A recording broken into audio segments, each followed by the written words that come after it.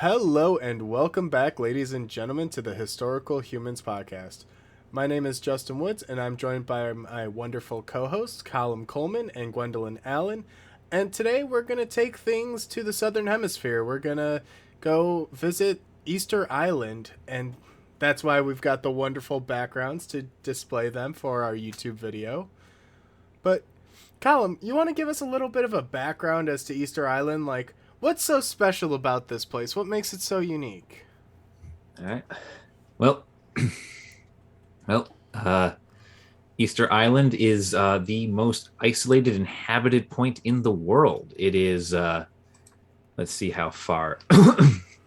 It is 2,200 miles to the west of Chile and 1,180 miles to the east of a little British-run island known as Pitcarin Island. And those are the two nearest points to this lovely little island. So it is very hard to get to. It is extremely isolated landmass with home to a very unique culture. Yes. And to start off with, the original name for this island is Rapa Nui, not Easter Island. That was gifted to them by colonizers. So throughout the podcast, we're going to be going back and forth between Easter Island and Rapa Nui, but keep that in mind. Yeah, which Rapa Nui geographically is a volcanic island. Makes pretty good sense for being in the middle of the Ring of Fire in the Pacific. Yes. Home to 3 volcanoes. You've got Maunga Terevaka, Rano Kau, and Poiki. Yeah, our pronunciation is going to be a little off. We're going to try our best to get it accurate, but there's going to be some things that are not going to be fully accurate, and for that I apologize. Yeah, we did not know how to pronounce everything, though we're going to try our best for most of these. But like Justin said, this is a very volcanic island. So yeah, it has 3 major volcanoes, but it also has 70 smaller volcanic cones all across the island. Yeah, much of the island's geography comes from these 3 volcanoes flowing into and even over each other, and then small bursts of lava breaking out of the sides of these new flows to form lava cones and various what's the word? Tunnels. Yep. Very inhabitable tunnels, actually. It's actually pretty inhabitable for the people of the island. Yeah, these volcanic cones have been inactive for about 10,000 years. So, don't really have to worry about a Pompeii situation there. Mm-hmm. But I mean, in terms of like island size, it's not the biggest island. It's about 14 miles by 7 miles, or for our metric users in the world, 24 kilometers by 12 kilometers. So the rest of the world in America. I think there's one other country that uses imperial, but yeah, it's I think there is, but it's 173 square kilometers though. It's a pretty solid size, 63 square miles. Yeah. And one of the previously mentioned volcanoes is actually the highest point at Maunga Terevaka at 600 meters or 1,969 feet above sea level. So I mean, there's pretty good variation in elevation and size and it's for all that it has with the various hills and caves and volcanic mountains, it's actually a pretty hard island to land on by sea. Most of its coastline is extremely rocky and very makes it a very isolated from storms and waves and things like that. Makes it much harder for those things to affect the island. It makes for a very insulated community. You would think that, and the fact that you would have to sail about at least 1,100 miles would also add to the insular communities. Yeah.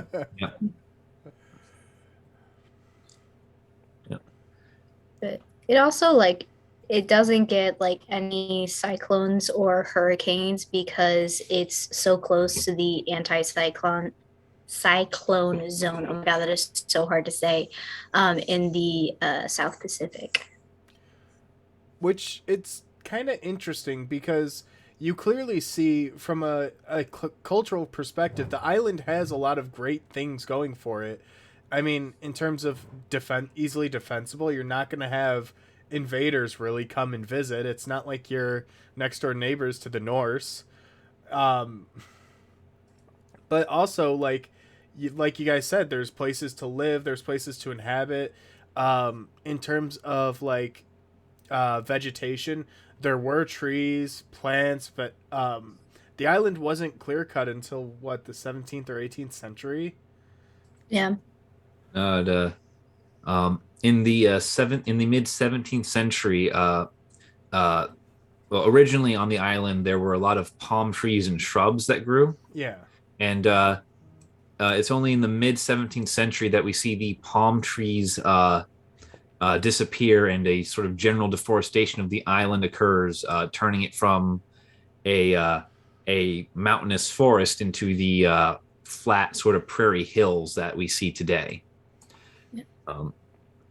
A fun little fact of that is there was a tree called the Toromiro tree, which only grows on Rapa Nui, and it lasted until the 1950s when it went extinct, only to be revived 30 years later by the Norwegian archaeological expedition, who took samples of what was left behind by the generations of this tree having grown on this island, and brought it back to life as though this is Jurassic Park.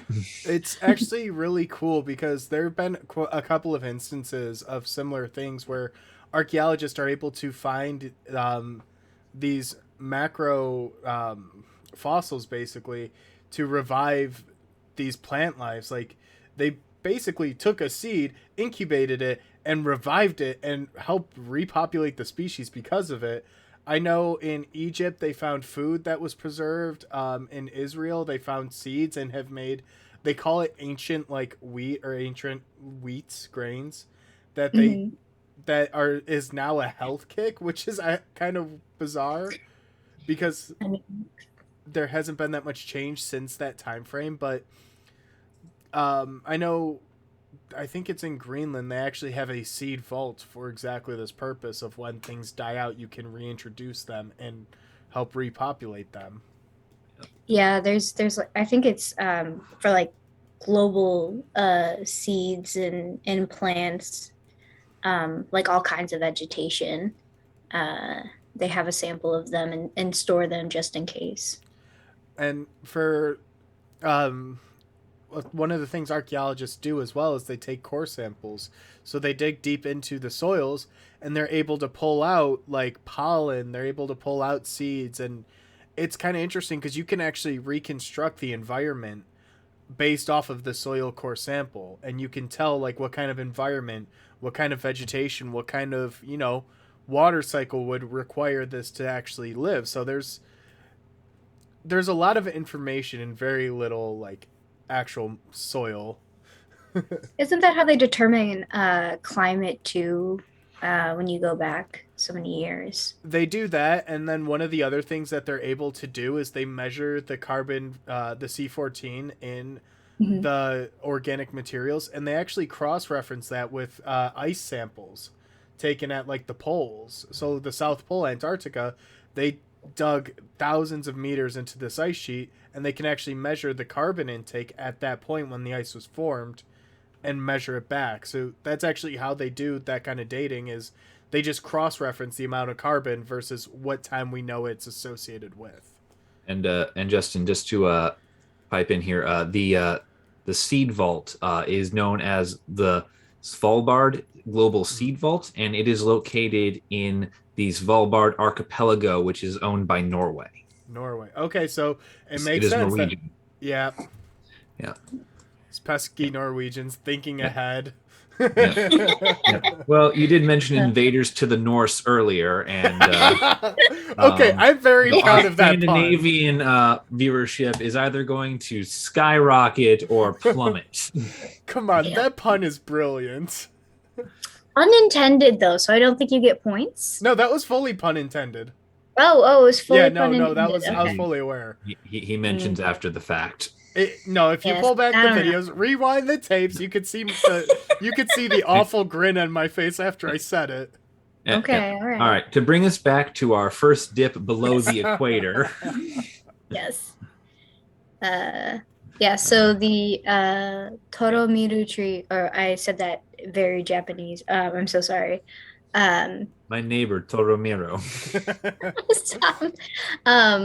The Toromiro Tree was reintroduced to Rapa Nui in 1988. And I believe it's been successfully reintroduced and surviving on the it is still growing there, just not in the large quantities that it used to. Rapa Nui has not returned to a massive forest. Yes. Now it's home to ferns, mosses, flowering plants. So, like, a lot of the above ground vegetation is truly gone. Yeah, I mean, you can see that in the photos in our background as well. Which also poses an issue people for... on YouTube. Yeah. But that also poses an issue for erosion, too, because you got nothing protecting the soils. Yeah, this island used to be a subtropical forest built on some very thin but fertile volcanic soil that now is just very thin, exposed volcanic soil. Yeah. And I mean, you'll kind of see the reasons for that as we go through like the history of this island on, what's happened to it. At what point it was just most of the island was for sheep and grazing, and that is gonna obviously change the landscape a lot. You mean human interaction has the capability and possibility to change landscapes? I know. How awkward. That's bizarre. How bizarre. Sorry, I don't mean to make so many references. I do love how this early in the video we are blaming the Scottish sheep for deforestating this entire island. And they arrived 300 years after the deforestation. We're not going to talk about the that. Sheep for the deforestation. I'm saying that the sheep is obviously going to affect the terrain because of the grazing. But it was already deforested. We'll get into that, obviously, later on. Well, and I think the low-hanging fruit here is one of the reasons why everyone knows what Easter Island, what Rapa Nui is because of the statues, the Moai. The Moai. Yep. So let's get to the reason you're here, everybody. The Moai. Which the Moai are carved from the basalt, the volcanic rock, basically. And, there's just, only about 600 or so heads on the island. Yeah, there are currently 600 heads on the island. Yep. Yep. And a fun fact, during the week that we are recording this, and by the time this is posted and you're listening to it, there will be one more Easter Island head on the island. Yes, because luckily repatriation. Yep. As, where did I write it? At the bottom. Here it is. As Chile's National Museum of Natural History is repatriating a Moai statue known as Moai Tau that was taken in the 1870s by the Chilean Navy as a prize from the island. It was scheduled to begin its journey on the 28th of February and is set to arrive sometime during the first week of March of 2022. So hopefully that all goes well. Yep. Yes, one of the rare instances of a country returning something that they do not rightfully own. Stares at the British Museum. Selfish. We're still looking at it. There's even a little plaque here that tells us just how central this object is to you and your culture. Just stares at museums in general. You can hate me. Love to hate me. Let's reel this in, though, and let's start off, because the island has been populated for a very long time. Um, Going back to the early period, which is about 700 to 850 CE, which is Common Era, or after after Common Christ, Era. basically. Yeah. Common Era. We're just gonna go Common Era. Leave that stuff at Common Era. It's the easiest way to do it, but it's characterized by the ahus, which is variety of statues carved, smaller prototype of the later forms, however, with rounded heads and little stubby bodies, realistic carvings of a kneeling man with hands on his knees, and the characteristics features of pre-Inca monuments in the Tiwanaku, Bolivia. So yeah, basically what we have happening here is there are these large stone beds called ahus on which people are beginning to erect statues. These ahus, as can be seen behind Justin a little bit in his image, for those wrong way, for those of you who are watching this on YouTube, are used as sort of a platform on which to raise many different statues. And we have a lot of very earlier proto-statue forms that, weirdly enough, do share some features with Bolivian models. But, you know, it's almost as if kneeling men are something that can be written about by any person. Just like by the ever-suitable, fertile woman. That We're not doing Mother Goddess cult. We're not doing Mother Goddess cult. Anyways, I'm not touching that damn thing with a 5.5 foot pole.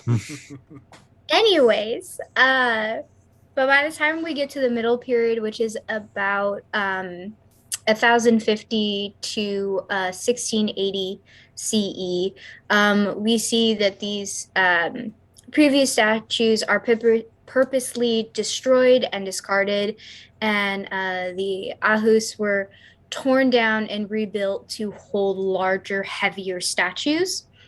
So this is the classical moai that we kind of see today, and they have a burial chambers that were constructed in the ahus. They have these huge cylindrical pukao placed on top of the moai. And the pukao consists of a red tuff. I don't really think you can see it in our pictures too much. But it's if you've ever seen any of these moai wearing little red hats, is what they resemble. They are meant to resemble a hairstyle with a top knot.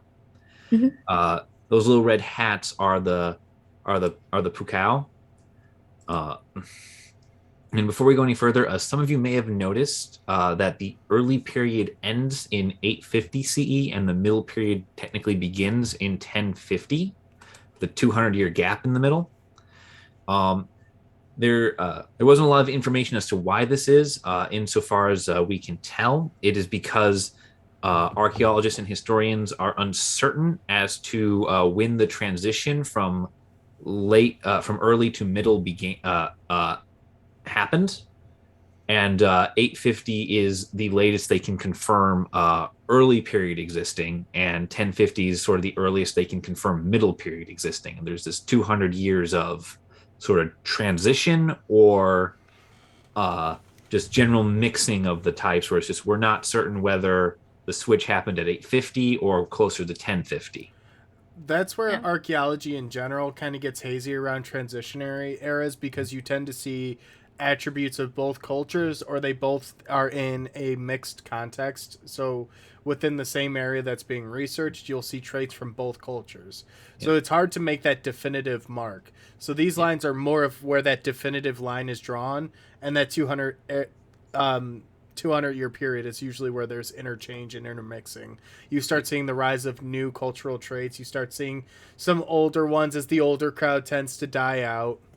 Yeah, and it can be somewhat hard to tell when you have the discarded tools and clippings from making the moai and the discarded older statues in the same context. It's hard to tell, did they make the new statues first and then destroy the old ones? Did they destroy the old ones and then make the new statues?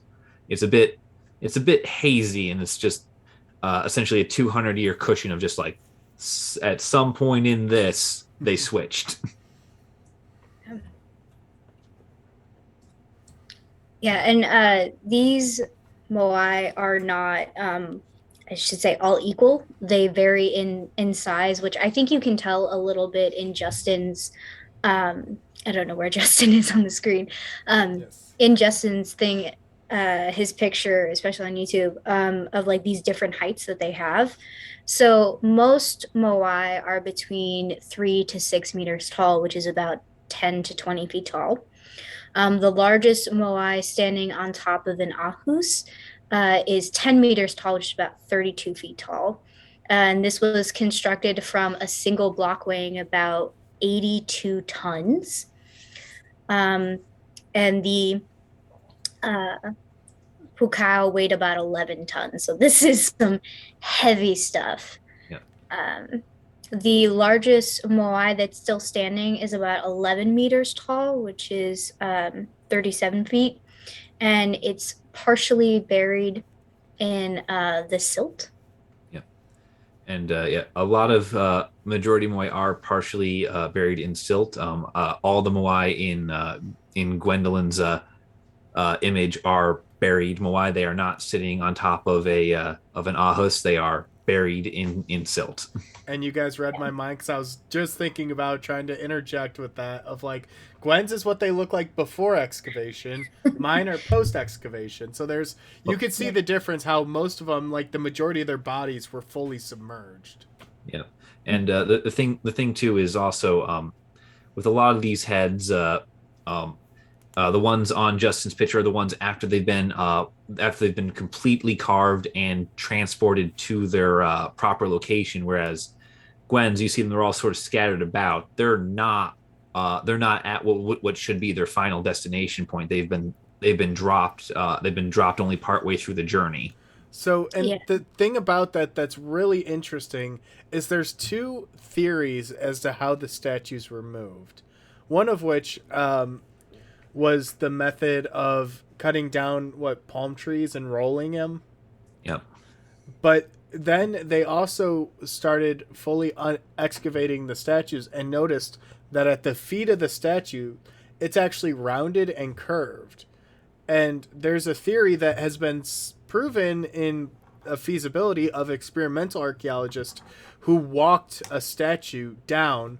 They tied ropes around the top of the statue, and they just basically would rock it and shimmy it across the landscape to where it should be. Yeah, the people of Rapa Nui have a oral tradition which holds that when the statues were fully formed, they would walk down to the water and stand up top their ahus. Yep. I want to call it an ahus. I don't know why. All house. I know language, it's just you want to pronounce certain things a certain way, and you're like, I don't think that's right, though. Which we're also pronouncing this with an anglicized version of the name, not in its native tongue, so there is going to be bastardization. We're all Anglophones here. We are going to be bound by the rules of that linguistic branch. But it's cool to think about them walking the statues, and the fact that it's backed by the oral traditions, going back to episode 4 of the podcast. First callback there. We talk about how oral traditions do tend to hold some credence and credibility, and that are usually like discredited by scientists, especially old scientists from like the turn of the century. But now we're starting to go back and go, these people that we're studying, they know a thing or two about what they're talking about. They know a thing or two about themselves and their histories. The most controversial scientific take ever. I know, right? I believe we even have in our notes about an experiment done with, I believe, archaeologists saying that they only needed about 12 people to, fully move the statue. So again, it is feasible to do that. Yeah. And I believe the largest moai that was unfinished was 21 meters tall, but it was still attached to the rock that it was being carved from. So, again, total range of size and shape, but still, again, feasible for a group of people to walk these Moai. And specifically, they were created to represent figures that were deified after death. So, there are some interesting rules with how a Moai is supposed to function. First, it is walked down from its carving place, located in the crater walls of the mountain Ranu Raraku, which I cannot say at all. It is walked down onto its ahas, and many of them are placed in a line side by side with one another, and they must always face inland, away from the water, towards the isle. They are not supposed to be looking out towards the sea at all. They are supposed to face inland, which is really smart when you think about it, because that's one of the reasons why the faces are still so well defined, because they managed to escape a lot of erosion that way. Yep. Then the pukao would be added on top of the Moai once it has arrived in its on top of its ahas. And the little eyes, the little nice shadowed eye holes there, those would actually be filled in with white coral and some polished black stones for little pupils. Those would actually be filled in. Those are no longer there anymore, unfortunately.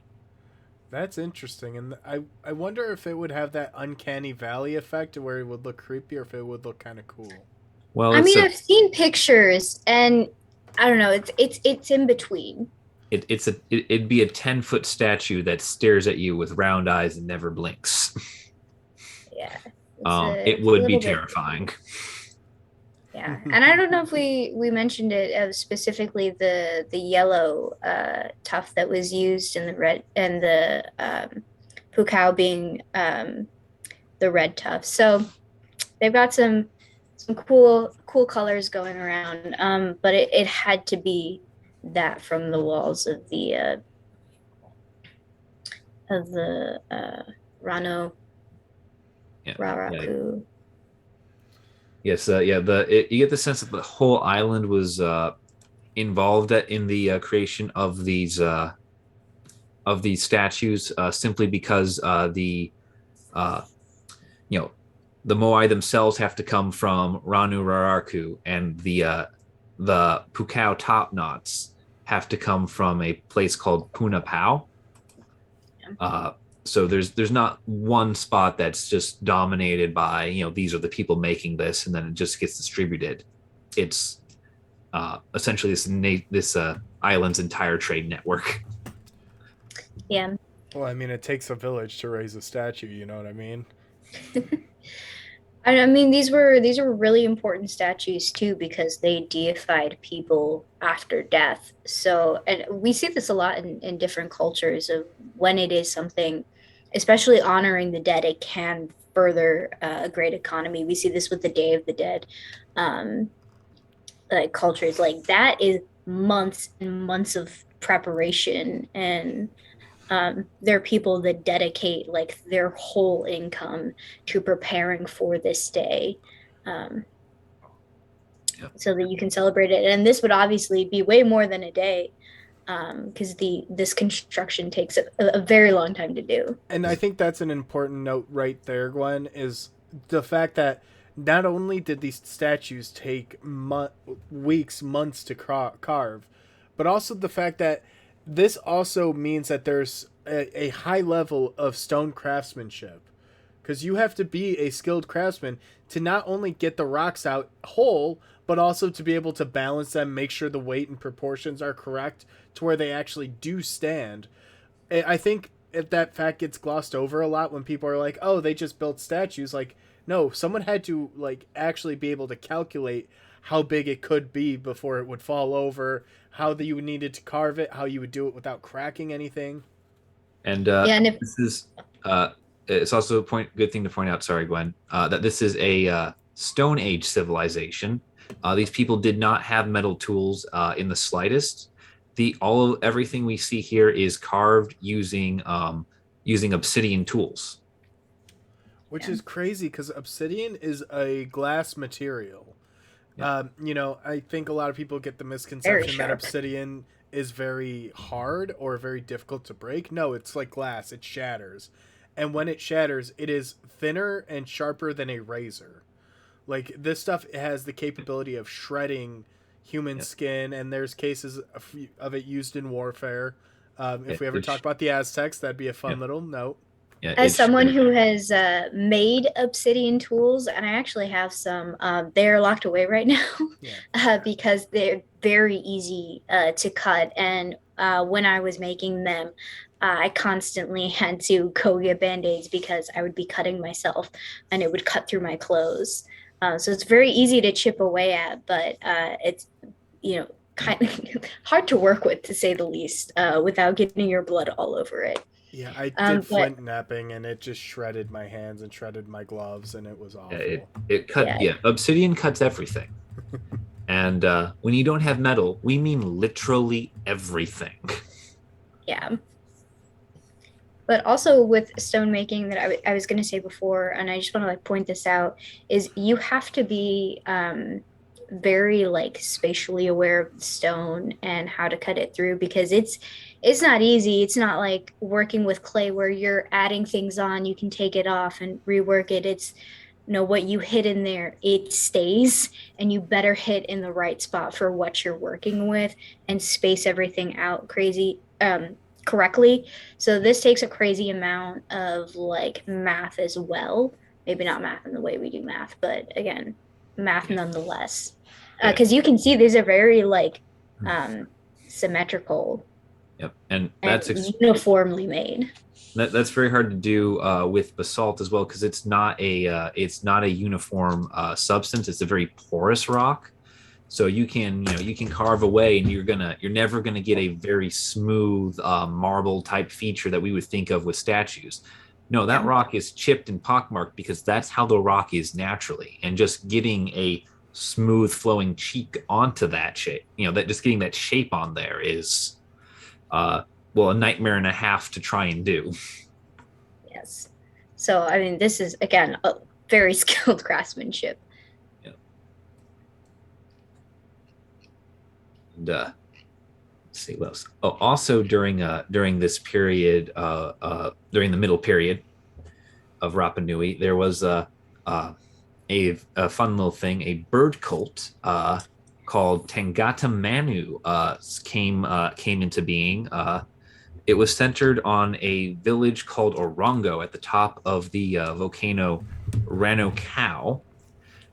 It's an interesting little bird cult. My favorite part of it is that it held an annual competition to retrieve a bird egg from a little, there are 5 islets sort of located, just little spits of land located off the coast of Rapa Nui.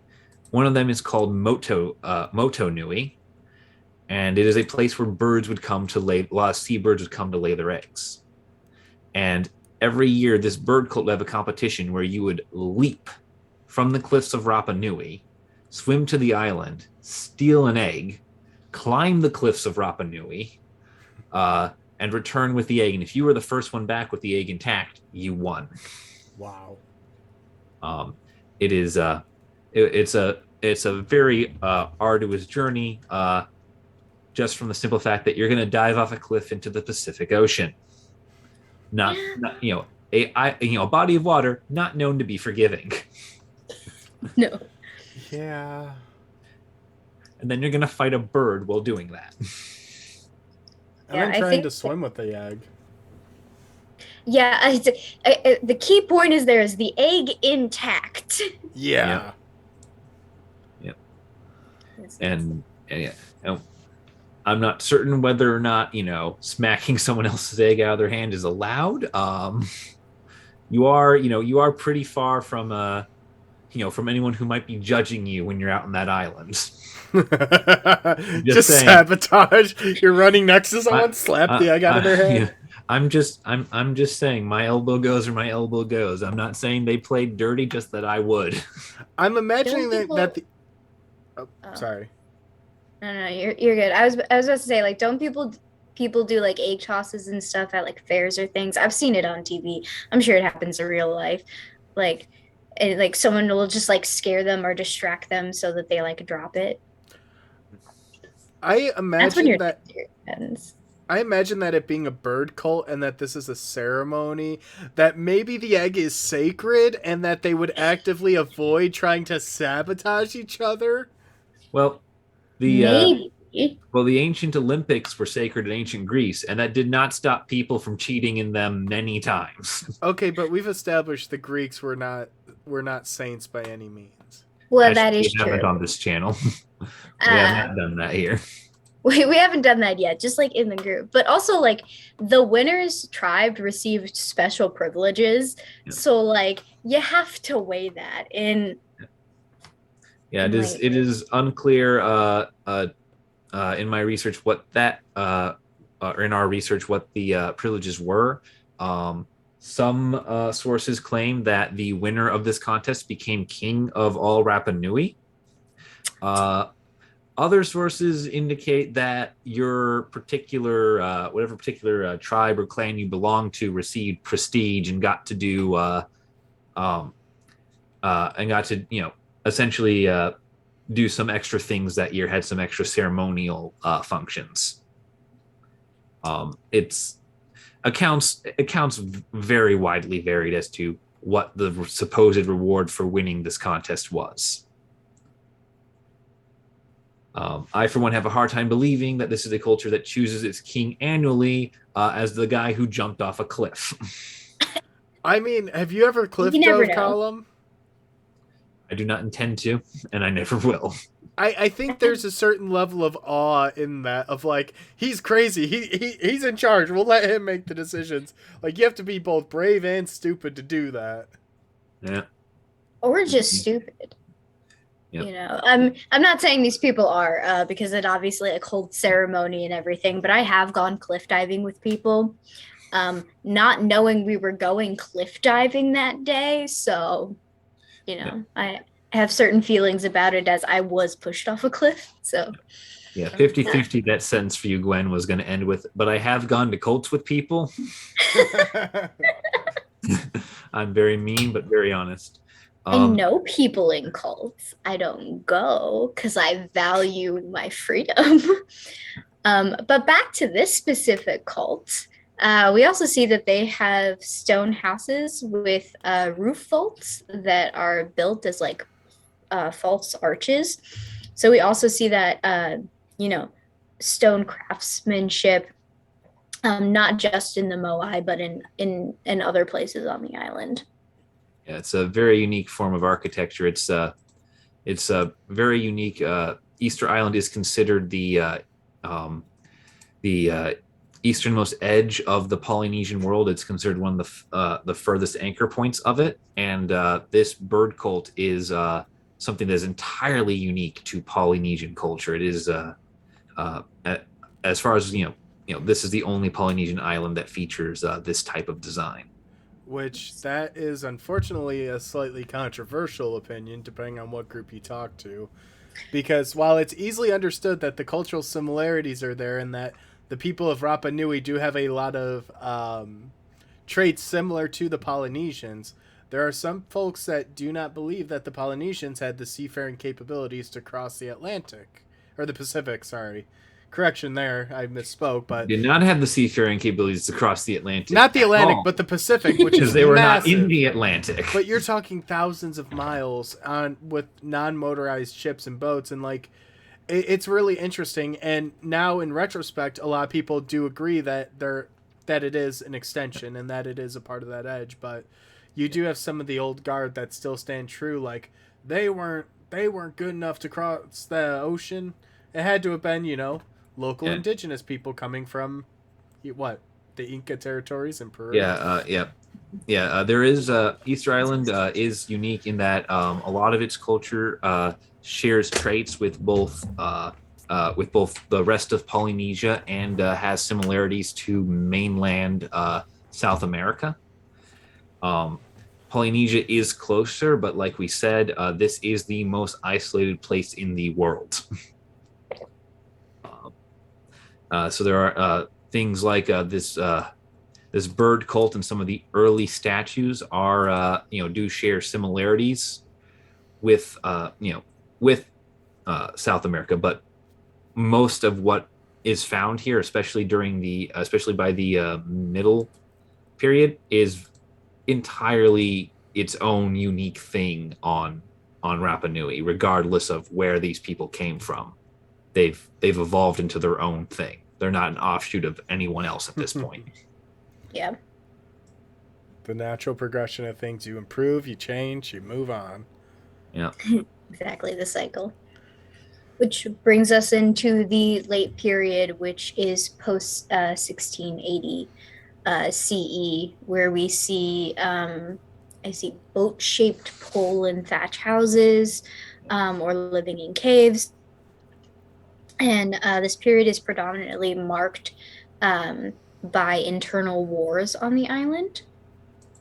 Mm-hmm. And so we see the mata, which are obsidian spear points, being mass produced because of this warfare. Though, luckily for the people wondering, the bird cult did survive into the late period. So thank God. we still had those cliff divers. Yep. Not to be too worried. Yeah. Unfortunately, the Moai did not. Yes, sadly, no. We saw that the Moai construction was replaced by wood carvings and these small, kind of crude stone figurines rather than these, large ones. Massive, monumental statues. Exactly. They're we're going to downsize a little bit. Yeah. And we saw. Oh yeah, go ahead. Sorry. And unfortunately, this period is when Rapa Nui loses writing, because there is during the middle period a writing system with the Rongo Rongo is developed, and it is lost during this period. They continue to copy over the tablets, but they no longer know what they say. They just know that these things are important ritually, and so copying over the tablets is done. But they didn't know what they lose the ability to read it. Oof. Which is kind of cool, considering that it's an independent form of writing systems. That's one of the big things within the academic world of a quote-unquote civilized nation versus uncivilized effectively boils down to whether or not they have reading and writing. Yeah. So the fact that they had this independently is pretty nifty. And this is a really interesting writing system. It is called Bustrophedon. I really hope I'm pronouncing that right. It's Bustrophedon is a type of how you would write on paper, sort of like letters or hieroglyphs. Yeah, and it has alternating lines of writing, left to right and then right to left, which I don't know of any other writing system that does that. Yeah, it's the whole writing system is just a giant game of just snake, just snake that's going down. That's how it's written. Which that'd be a cool. If you wanted to make a name for yourself, if you're able to decipher that language, that's a pretty solid way to solidify your legacy there. Yeah. Just make sure you actually have done it, because there have been numerous people who have made up fake translations to try and get rich and famous off this, and all of them have failed, and their lives have been wrecked accordingly. Yeah, we don't want a Piltdown situation in linguistics. So always got to bring up Piltdown. Listen, I will rag on that till the day I die, and I think every anthropologist will. And for those watching who don't know, can you please describe that for everyone, Gwen? Yes. Piltdown was a situation where someone discovered remains that turned out to be as a combination of, I want to say, the orangutan jaw and what was it? It was an amalgamation of different bones to be the kind of missing link. And it was discovered, I believe, in England, because they wanted to say that humans obviously originated in England and not in Africa, and it was a whole situation. The English and their colonialist ideals tend to run strong with each other, but it was a purposeful hoax. They knew it was Yeah, it was a perfect. intentional. Yeah, It's essentially when you try to commit fraud using biology, but forget that biologists actually exist. yeah. The funny thing is like how long it took for Yeah. Piltdown to be discovered as a hoax because confirmation biases until people actually analyzed the remains quotation marks that were found. Yeah, I was gonna say it took them a minute before they're like, hold on a second. It took them a hot minute. Like only what, 30 or 40 years? When you're counting in decades, I'll call that a hot minute. But yes, back to the Moai. Which one of the things that really jumps out to me that's interesting about this shift in culture and the shift in the way that life on Rapa Nui changed is a lot of the Moai statues were actually overthrown at this period, and the ones that are still in the quarry got buried and thus remained upright, again perfectly illustrated behind Gwen here. So like there clearly was a shift in ideals and a shift in reverence of these figures. So whether there's a disconnect between the characters behind the Moai, or if there was a shift culturally to where the wood figurines became more important and more prominent. Well, Justin, with that, it was a cultural shift because the oral tradition of Rapa Nui holds that on Rapa Nui during the Middle Period, what we know today as the Middle Period, there lived two ethnic groups, the known as short ears and long ears. The long ears supposedly oppressed the short ears into a sort of servant caste, and in response, they were, and these groups are both supposedly had their own unique languages and their own separate culture. And during at approximately 1680 Common Era, the short ear have an oral tradition that holds that they went to a place where a ditch was made on the island called Poiki, and they filled it with wood and other fire things, and they essentially lit the long ears on fire and massacred them. Oh man, that is a sick story. And that is brutal. Various carbon dating and genealogical records from the shift in how we track shifts in population. Mm-hmm. Essentially ancestry.com over several centuries places 1680 at about the time this event happened, and it seems logical that if the long ears are the ruling class and the long ears are having these statues made and they don't necessarily belong to the short ear culture, mm-hmm. then the short ears would have absolutely no reason to care for these statues. That's the oral tradition is to this day. When just last thing is to this day, people who are indigenous to Rapa Nui will claim to either have been long ear or short ear, and they divide themselves accordingly. Interesting. It's still an important cultural distinction to them which ethnic group you belong to. And the other thing that's kind of stark about that date of 1680 is it was, only 42 years later, so less than a generation later, that the Europeans stopped by? Oh, yeah. We get, with that massacre, we begin now the long and horrible history of decline for the island of Rapa Nui that is European contact. I've never heard of Europeans causing decline and loss of culture. Come on. The sarcasm hits you hard. The first man we have to thank for this is a Dutch admiral by the name of Jacob Roggeveen, who landed on the island in 1722 and named it Easter Island because he landed on Easter Sunday, 1722. And he saw the island and he immediately left, wanting nothing to do with it. Could you imagine that, though? You're just a naval admiral. You're sailing the high seas. You come across this island, and as you come closer, you see these large statues just, like, scattered across the landscape, and these... I could see why it gives eerie vibes, especially the fact that it's in the middle of nowhere.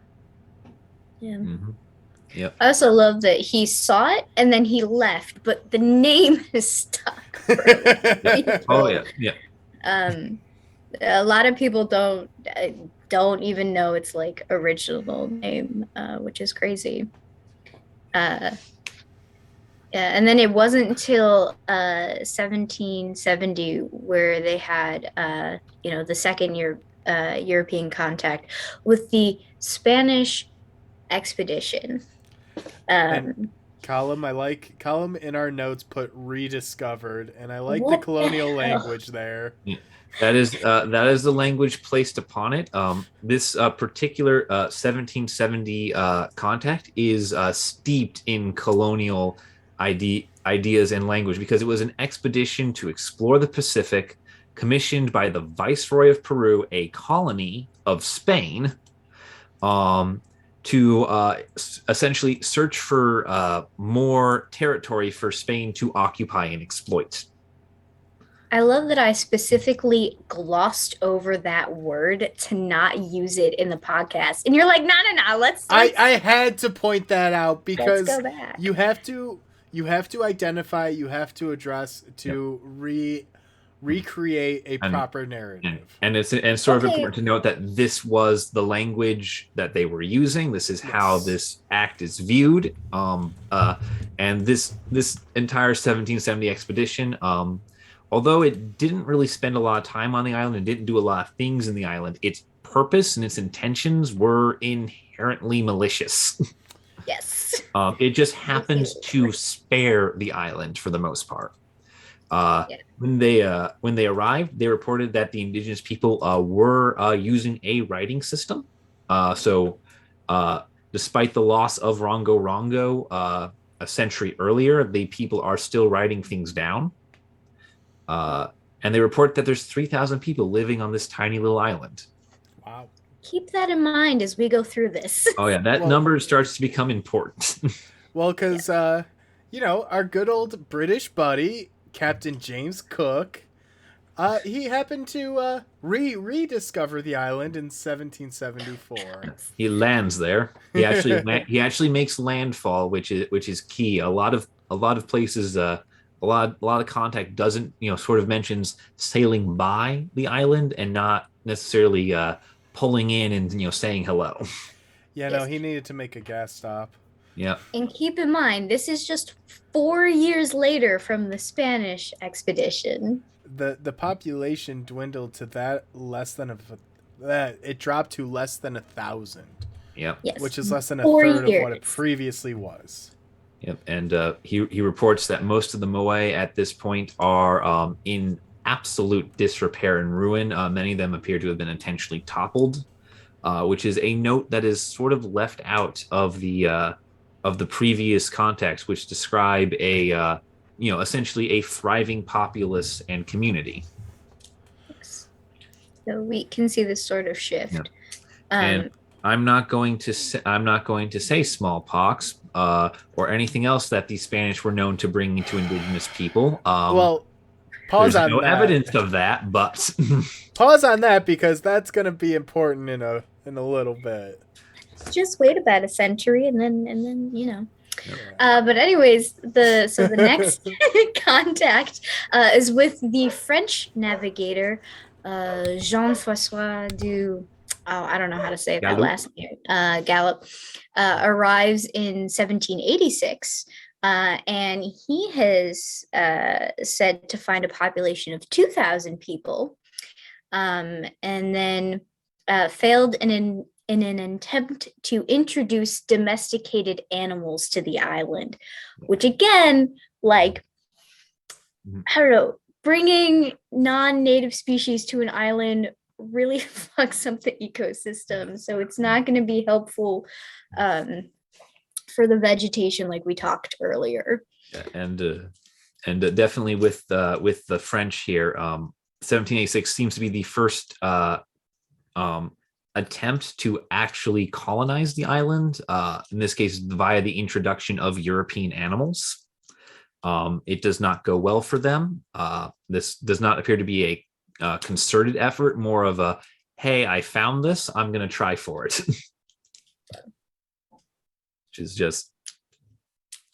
Which is just funny to me, is we've made our way through half of Europe at this point. Yeah. And then in 1792, we see sailing, fishing, and whaling vessels begin to encounter the island as well, and documentation. Yeah. And in 1860, the population reaches 3,000 again, so we're back up there. But the numbers I find kind of interesting, because you're talking 100 years having a swing in population of originally around 3,000 down to 1,000, up to 2,000, up to 3,000. Like, this population definitely can fluctuate. Yeah, I also have to wonder how they took this census. Yeah, that was my question. I didn't want to doubt the accuracy, but it definitely it becomes a lot more valid later on, because in 1862, Peru, they how do I put this kindly? They sent a ship to Rapa Nui to abduct them for slavery. Like, it's horrible. And along with that, they brought our good old friend smallpox. And the population of the island dropped to just 111 people by 1877. Yep. That's a lot easier to count. So 3,000 to 111, you could tell that the 111 is accurate, because you can't really screw that up.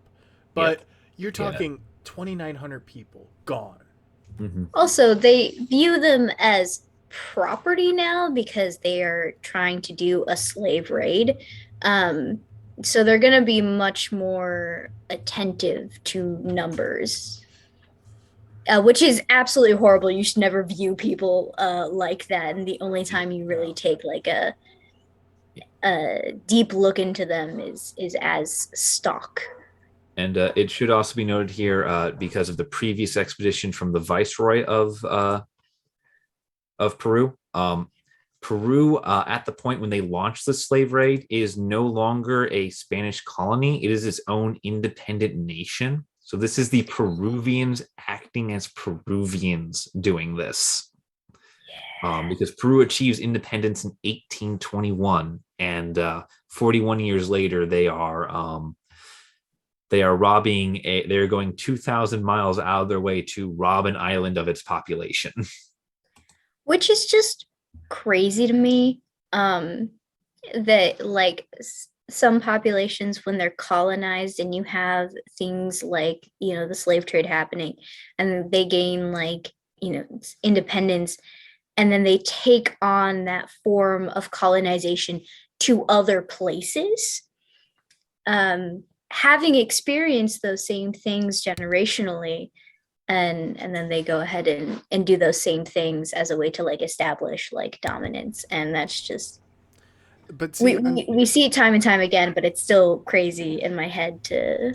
It's unfortunately validate. It's the way to validate yourself, and it's horrible because you go from being the oppressee to the oppressor, because that's how you build yourself up in that chain of command, so to speak, of well, we're no longer getting bossed around, so let's find another population that we can stomp down so we can build ourselves up to be like Spain. And it's just, it's called the cycle of abuse, everybody. Yes. Do not do it. Thank you, Colum. Do not do it. But I think it's also big. Sorry. I was going to segue to the next topic of speaking of abuse. I was going to say a little bit more on the colonizing things, you're also being immersed in the colonizers, culture of how you like value yourself. So like I see why it is. It's just terrible, but yeah. Next on the timeline of things to happen to this island is in 1864. You have the first. You have what might be considered the first colonist. It's the first foreigner to ever settle on the island. A French Catholic missionary named Eugene Erud. And in 1868, he claimed to have converted the entire island to Christianity.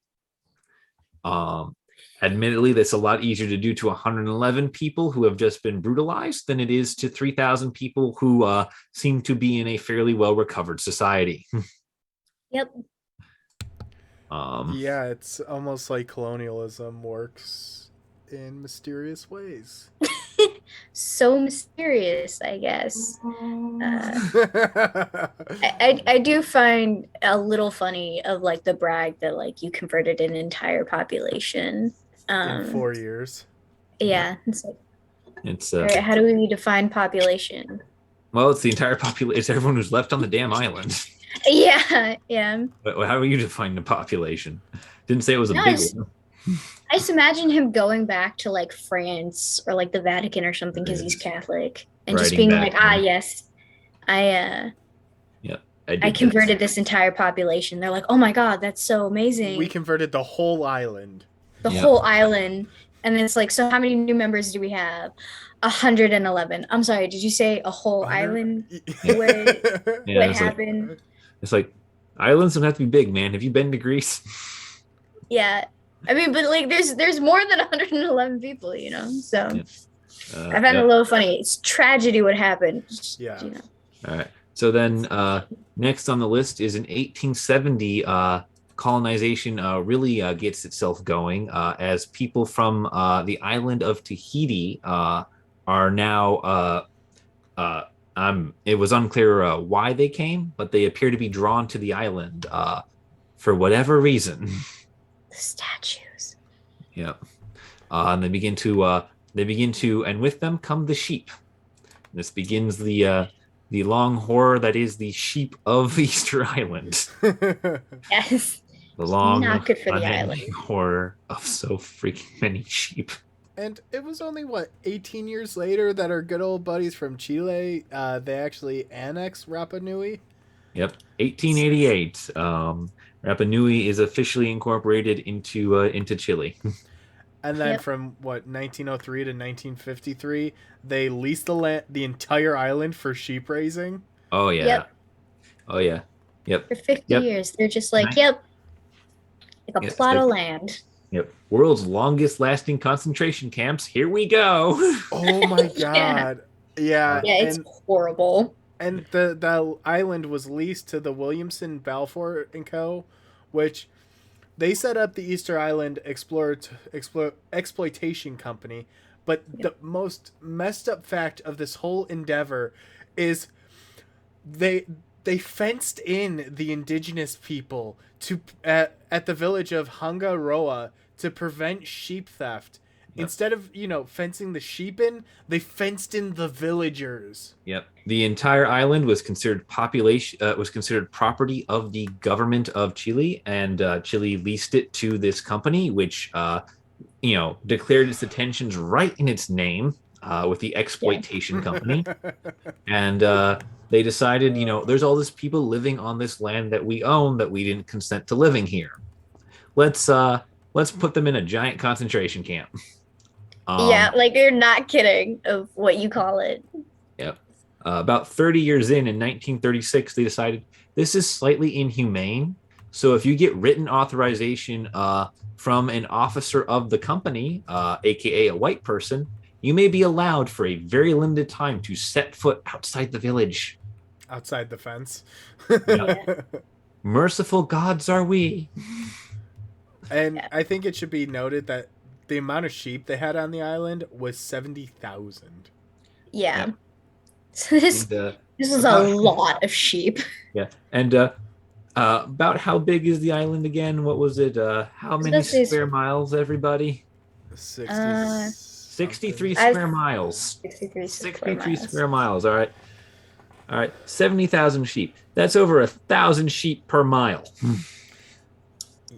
Yeah, and you break it down even further at the peak population of, about 3,000 people, you're talking like 2.1 sheep per person, or no, 20 Yes, per 2 person. point. Yeah, 20 sheep per person. Which that's a pretty hefty amount. That's like a Welshman's dream there. Don't make those Don't. jokes. Yeah. 10,000 sheep per square mile. Here we go. Yeah. Yeah, sorry, I said 1,000. It's 10,000 sheep per square mile, and Wow. it's 2.1 sheep per person on the island, or That used to be 20, on the 20. island. 20.1 sheep. Yeah, Yeah. or 21 sheep per person on the island. Which is incredible. That's an crazy amount of sheep. And then, like most good endeavors, the Chilean Navy took over, In and 1954, and they just keep raising the sheep. Uh, And there's a reason for that. By the way, the reason the Chilean Navy starts running the sheep trade is because post World War II, the price of wool drops, and the the company that's running it, the Williamson Balfour Company, no longer finds it profitable to run run this whole wool trade out of Easter Island. So they just up and abandon 70,000 sheep on the island and just say, all right, we're done with this. We're leaving. And they just left. So Chile said, hey, there's all this sheep here. We might as well continue the wool trade internally. yeah. Free wool, everybody. crazy. And is not till 11 years later, so like about a decade later, that Chile's like, you know what? We should probably like appoint a civilian governor to Rapa Nui. So the people of Rapa Nui actually become Chilean citizens. So, Yep. a step up on the rung, but Yep. still not there. Only 100 years later that Yeah. they finally get citizenship. Yep. 1888 to 1965. You live here, but you're not people. Wow. Yeah. Like, that was not that long ago. Like, Yeah. there's still people alive today. I was Yeah. like, I remember when we weren't considered citizens. Yeah, that's 77 years it took them to acknowledge that all the people living on this island are people. Yeah. Well, and then we make the transition into the modern times because 1965 wasn't modern. Well, I had to draw the line somewhere, and I'm beginning with the lovely Orwellian story that we've been going so far, 1984. Which is when the first International Science Congress convened on Rapa Nui, and they declared that Rapa Nui was a pre-European civilization. Yep. It's so nice that someone declared it for them, For them, not them declaring it. Someone had to declare it for them. Well, Of it's course. good to get acknowledgement that you existed by the international community, because evidently that's not a thing that's just going to happen by itself. Europe. Oh yeah. Yeah, this section is where things start supposedly getting better for them. Is this section? Very supposedly. Well, I don't deny they're getting better. They're no longer fenced in for sheep, but it ain't yes. good. the concentration camps have ended. But in March 22nd in 1996, so when these two were born,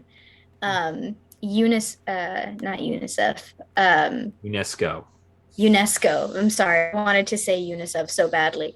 UNESCO named it a World Heritage Site. So much of the island is now protected under the Rapa Nui National Park.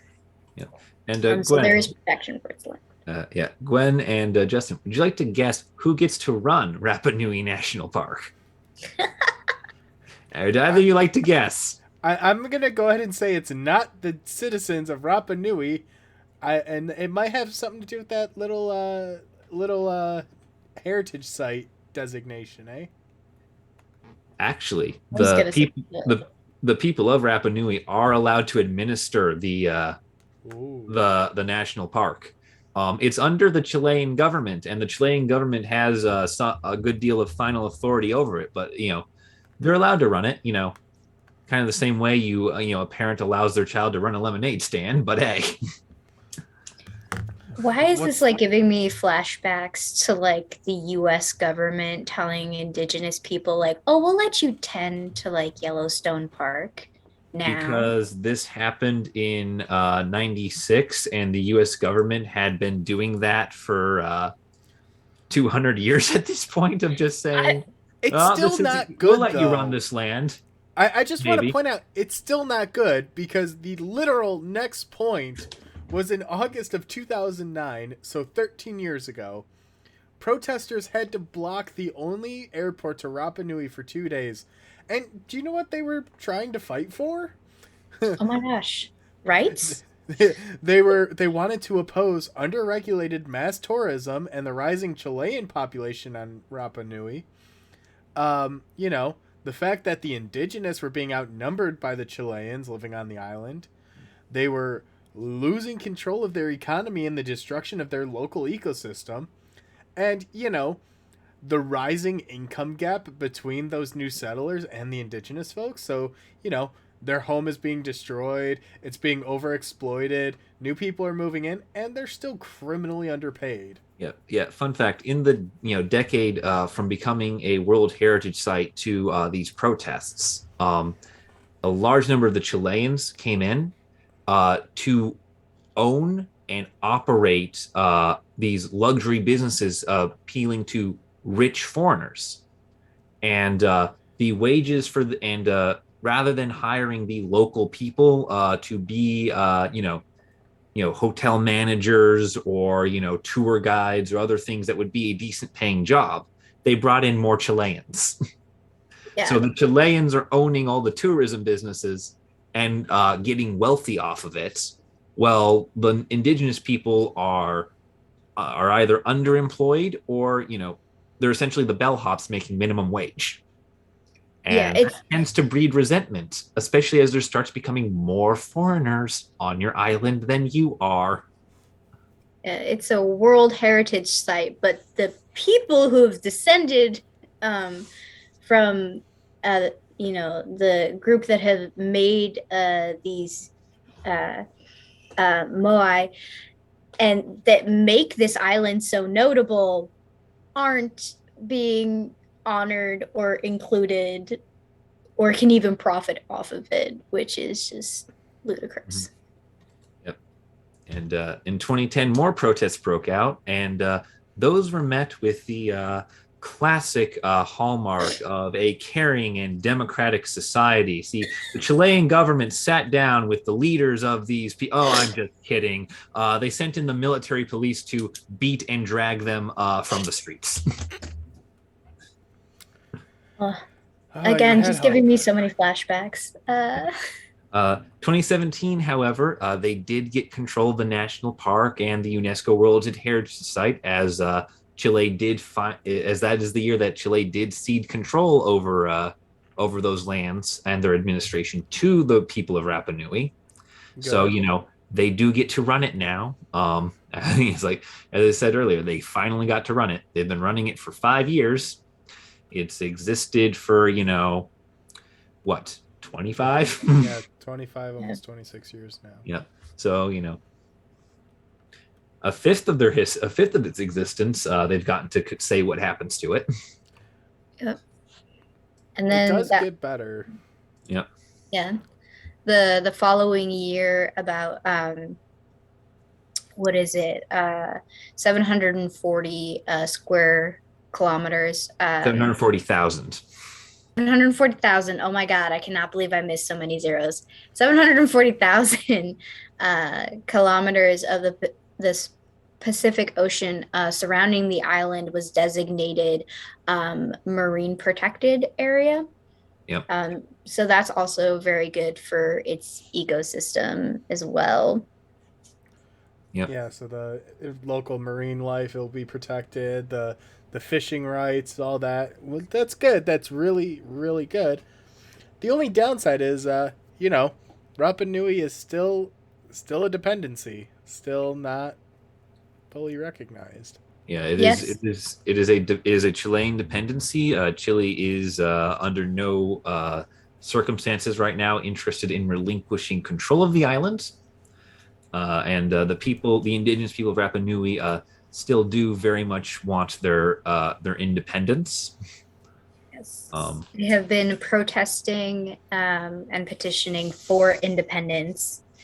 Um, Even now, it is not let up at all. and Chile has been attempting to make overtures in recent years, as we saw allowing the people to control of their land once again in 2017, making the marine protected area in 2018, and as we're even speaking right now, returning one of the Easter Island heads that they stole.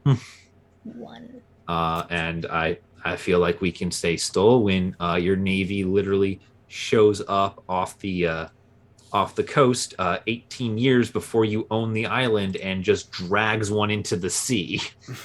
Yeah.